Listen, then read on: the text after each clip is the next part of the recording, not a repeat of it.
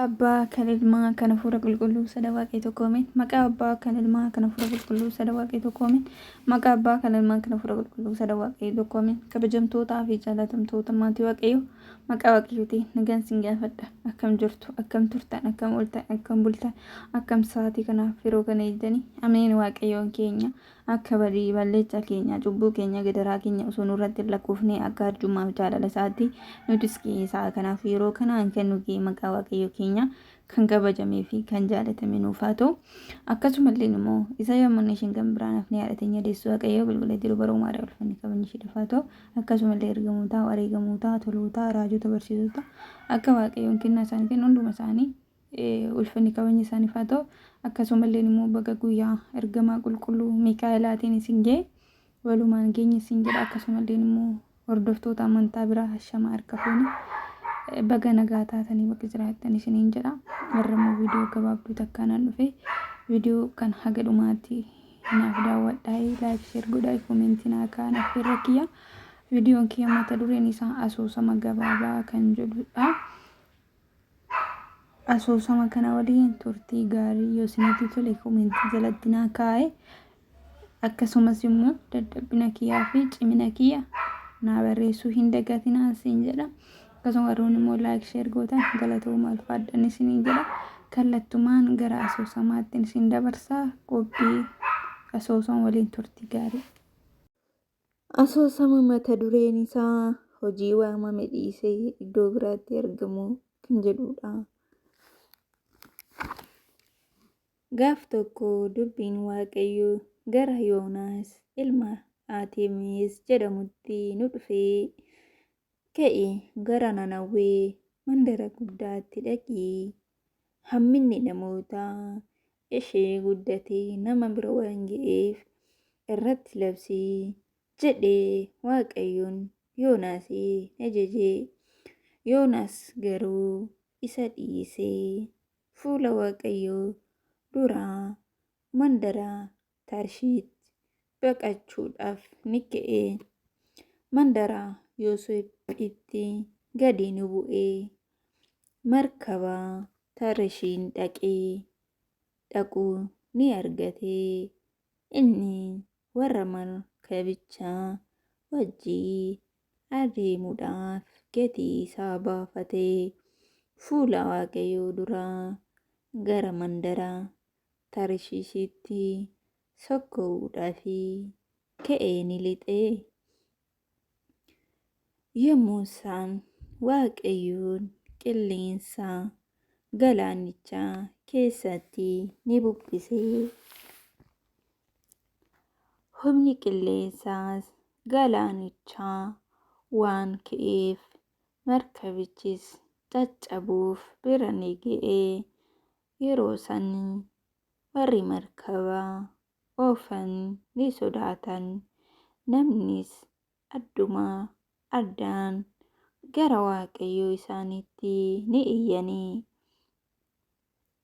akka itti salphatuuf mi'a markabichaa irraa gara galaanaatti gadi ni darbatan ture.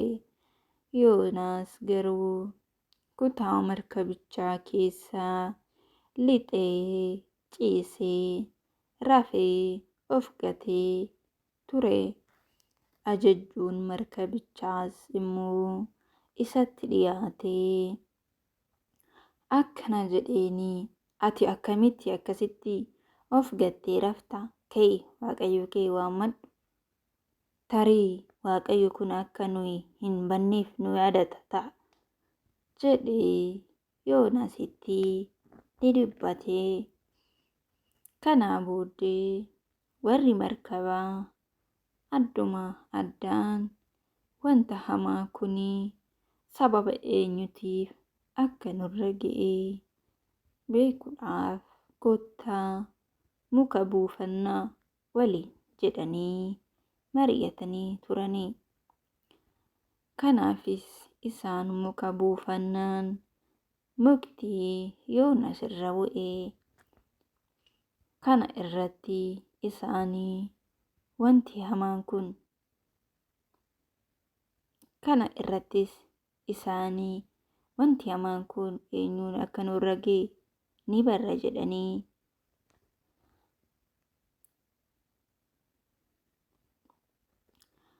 jechuudhaan Yoosef Yoonaasiin ni gaafatanii akkas jedhanii gaafatanii hojiin kee maalidha? Ati eessaa dhufte?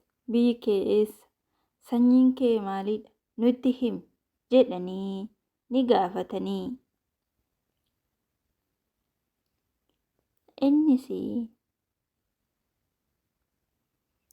Innis immoo akkas isaaniin jedhee ani Ibraahicha Waaqayyoo isa gooftaa ta'e Waaqa irra jiraatu isa galaanaaf lafa uume waan nan waaqeffadha jedhee isaaniif ni deebisee.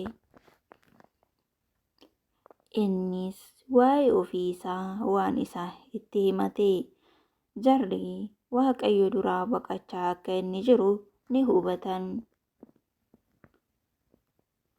Kanaafis isaan guddaa sodaatanii maali ati attamitti akkas goota ittiin jedhanii galaanichis ittuma dabalee hurgufamaa waan adeemeef isaan galaanicha irraa akka gab jedhuuf akkam goonuree jedhanii ni mari'atanii. Kana irratti Yoonaasii fuudhanii gara galaanichaatti ni darbatan. Yoosaan galaanichi isaanirraa gabni jedhee bubbeenis humnaan qabbaneessee akka ka'e kun sababii kootii fi isa anoo nan beekaa isaaniin jedhee.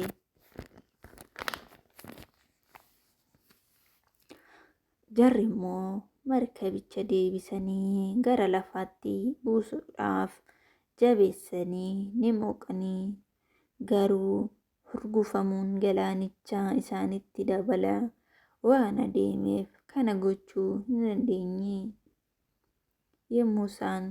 Yommus isaan Waaqayyo isa galaanaaf lafa uume waammatanii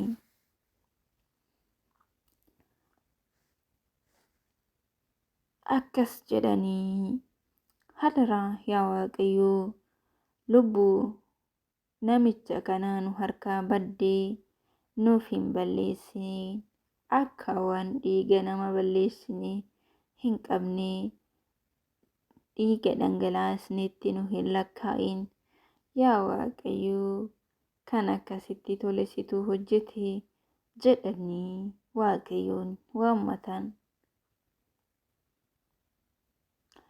Yoonas immoo fuudhanii galaanicha keessa ni buusanii galaanichis hurgufamuu isaa sodaachisaan isaa ni dhaabee.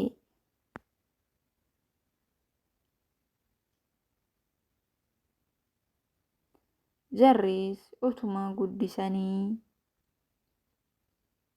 Waaqayyo sodaatan. Waaqayyoof aarsaa ni dhiyeessinaa wareegas ni wareegnaa jedhanii mari'atan. Waaqayyoon yeroo sanitti qurxummii guddaa tokko achi keessatti argee Yoonaasis akka liqimsu ni godhe. Akkasitti Yoonaas guyyaa gara qurxummichaa keessa guyyaa 3 halkan 3 ni ture. Yoonasis Waaqayyoon akkas jedhee kadhachuu ni jalqabe.